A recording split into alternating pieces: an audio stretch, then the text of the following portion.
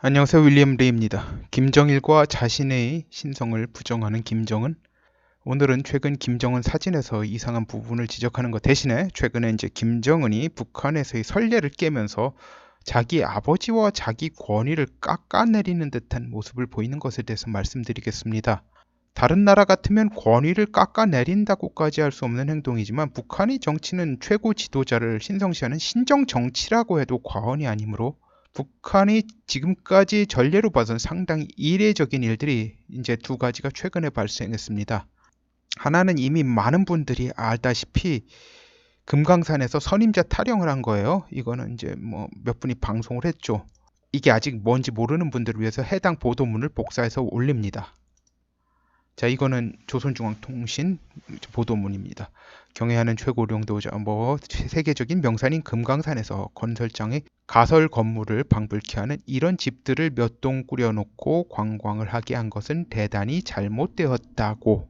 그 전에 건설 관계자들이 관광 봉사 건물들을 보기에도 민망스럽게 건설하여 자연경관에 손해를 주었는데 손쉽게 관광지나 내어주고 앉아서 득을 보려고 했던 선임자들의 잘못된 정책으로 하여 금강산이 10여 년간 방치되어 흠이 남았다고, 땅이 아깝다고 국력이 여릴 적에 남에게 의존하려 했던 선임자들의 의존 정책이 매우 잘못되었다고 심각히 비판하시었다. 이 부분은 김정일의 오류를 지적하는 걸로 들릴 소지가 상당히 있습니다. 참 엄청난 거예요, 사실은. 근데 요거 하나만 있었다라고 하면요, 김정은이 정신이 없어서 실수한 걸로 치부할 여지가 있다고 할 여지는 없지는 않습니다. 그러니까 그런 여지가 있습니다. 하여튼간 좀 약간 억지스럽습니다만 이런 여지가 있어요. 북한 입장에선 상당히 이례적인 일인 건 분명하지만 말이죠. 그래도 하여튼간 수프림 리더 최고 지도자이잖아요. 최고 존엄. 그렇지만 더 이상한 일이 이제 연달아 발생했어요. 하노이 회담 이후 회담이 성과가 없었던 것의 문책으로 미북 협상 라인에서 배제된 걸로 알려진 김영철이 다시 미북 협상 북측 책임자 역할을 하는 것으로 보인다는 점이, 그러니까 핵심으로 돌아오고 있어요. 하노이 회담 이후 심지어 혁명화 조치요. 혁명화 조치는 강제 노역 및 사상교육을 이야기하는 거예요. 이걸 당했다는 조선일보 보도까지 나왔으나 보도 사흘 만에 서열이 상당히 강등되어 말석에 앉은 모습으로 공식 석상에 나왔습니다. 자, 자리가 이렇게 멉니다. 그리고 박수 칠 때 혼자서 이렇게 얼굴을 갖다 감싸 안고 있죠. 좀 상당히 좀 감정적으로 뭔가 격앙된 모습이에요. 안도를 하는 건지. 그러나 10월 27일, 올해 10월 27일 이전까지는 대미 협상 라인에서 배제된 것으로 인식되어 왔어요. 일단 혁명화까지 당한지는 이제 불확실하지만, 근데 이런 얘기 있어요. 조선일보 보도 때문에 혁명화에서 풀렸다는 이야기도 있어요. 조선일보 물먹이려고. 이제 문책성 인사를 당한 건 분명하고, 이것은 이제 태영호 전 공사 같은 사람도 지적을 했어요. 그리고 북한에서 이런 문책성 인사를 당한 뒤에 이 정도로 빨리 문책당한 사안의 일을 다시 맡는 경우는 전례가 없다고 합니다. 조선 아시아 태평양 평화위원회 위원장 명의로 10월 27일 대미 담화를 발표했고 조선중앙통신 등에 보도되었습니다. 이 내용은 이거예요. 조선 아시아 태평양 평화위원회 위원장 담화. 최근 미국이 우리의 인내심과 아량을 오판하면서 대조선 적대시 정책에 더욱 발광적으로 매달리고 있다. 이제 너무 길어서 중략하고 마지막 부분 말씀드리겠습니다.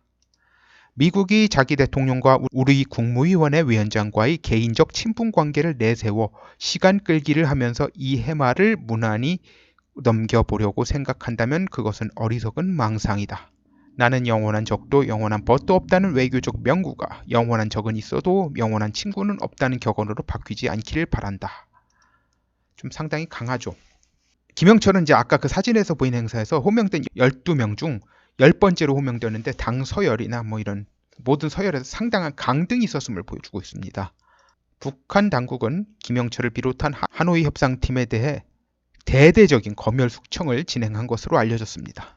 김영철이 자아 비판을 잘해서 복권이 빨라졌을 수도 있다는 탈북자 이야기도 있지만 그렇다고 원래 책임을 물었던 사안의 핵심을 이렇게 빨리 복귀하는 것은 참으로 의아한 일입니다. 뭐 자유민주국가에서는 혁명화 조치 같은 건 없지만 일단 인사 조치가 된 뒤에 해당 인물이 귀책 사유가 없다고 확정되고 복직하는데 시간이 걸리는 게 보통인데 말이죠.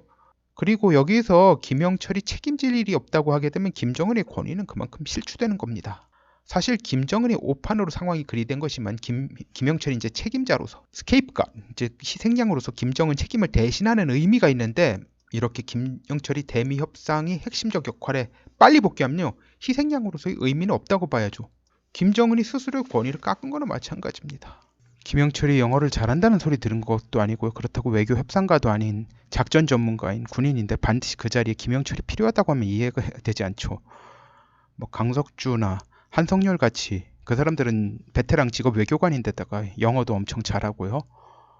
한성열은 참 지금 노동교화소에서 풀려났다는 이야기를 못 들었습니다. 한성열은 트럼프가 트릭 쓰고 있다고 김정은한테 이야기했다가 오히려 노동교화소 간 사람입니다.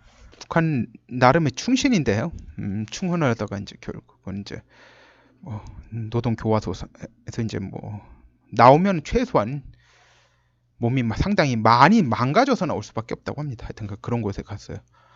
김영철 이전에 이제 빨리 복권된 유일한 케이스가 이제 최룡해인데요. 최의 경우에는 이제 김정은의 멘토링 담당자였습니다.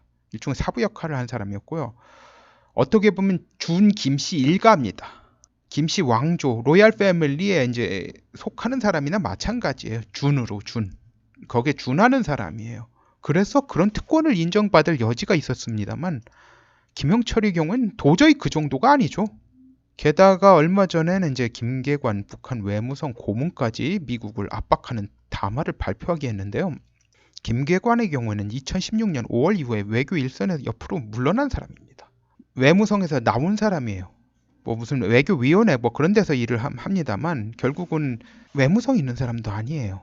그런데 정작 하노이 회담 실패 문책에서 벗어났다고 알려진 북한의 외무상인 리용호에 대한 소식은 이게 고작이에요.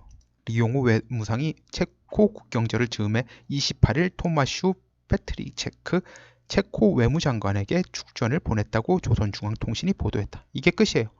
김정은이 아무리 기분 내키는 대로 통치를 한다고 하지만 이건 정말 이해하기 어려운 상황입니다. 리용호의 경우에는요, 이제 올해 9월 초 왕위의 방북 이후에 공식 석상의 모습을 드러내지 않고 있습니다. 외무상이 은둔자가 된 형국입니다. 최선희도 공식 석상에서 이제 얼굴을 드러낸 건 없고 김정은하고 같이 금강산 관광 갔다고 금강산 시찰 갔다고 나온 게 전부예요. 하노이 회담 후 외교 업무가 이제 리용호와 최선희 외무성 일부상을 중심으로 돌아가게 된 것 같이 보인다는 보도들이 무색하게 되는 상황입니다. 사실 뭐 이런 방향으로 가면 별일 없으면 그 기조가 당분간은 지속되는 게 보통입니다. 북한이 아무리 비정상 국가라고 해도 말이죠. 그런데 중간에 별 다른 일이 없었어요. 별 변수가 없었어요. 그런데 넉 달 만에 완전히 기조가 바뀐 듯한 모습을 보이고 있어요. 게다가 그냥 바뀐 게 아니라 문책을 당해서 소위 그 업무에서 배제된 사람이 도로 그 업무 핵심으로 돌아오는 듯한 모습을 보이면서 그런다는 게 상당히 의아합니다. 북한이 아무리 비정상 국가라도 납득 안 되는 상황이 전개되고 있는 거예요. 북한 같은 시스템이 보통 변칙적 정책 운영 이제 할 가능성이 높다고 해도 기존의 질서에서 어긋나는 방향으로 그리 나간다는 건 상당히 납득하기 어려워요. 사람들이 보통 김정은이 나이가 젊어서 모험적인 조치를 취할 수 있는 것 아니냐 할 여지도 있습니다만 보통 지금 같은 국가 존립의 위기 상황에서 상대를 혼란시키려고 내부의 안정성을 흔들 수 있는 방향으로 가지는 않거든요. 그리고요, 김정은 나름대로는 기존의 체제의 유지에서 벗어나려고 한다는 모습은 전혀 보인 바가 없습니다. 뭐 과격한 방도로 뭐 고사포로 사람을 쏘고 뭐 그런 식도요. 결국은 보면 안정성을 과도하게 추구해 온 거예요. 근데 지금 돌아가는 상황은 도대체 뭔지 모르겠어요. 이게 상대편 혼란시키려는 의도라고 보기엔 상당히 이상해요. 사실 이 정도로 미국이 혼란스러워하겠어요? 북한이 안정성이 더 흔들리죠. 너무 많은 도박을 하는 거잖아요. 말도 안 되는 도박. 상대편은 엄청난 돈을 가지고 있어요. 나는 얼마 없어. 그럼 쉽게 올인 겁니까? 아니잖아요. 걸어봤자 소용없어요. 그 한마디로 뻥카를 쳐가지고 상대편을 갖다 혼란을 시키려고 한다. 아니 나는 지금 베팅할 게 10이고 저쪽은 1000만 있는데 내가 그래서 올인 걸면 저쪽이 혼란스러워 하겠어요? 나만 죽지? 오늘은 여기까지 하겠습니다. 감사합니다.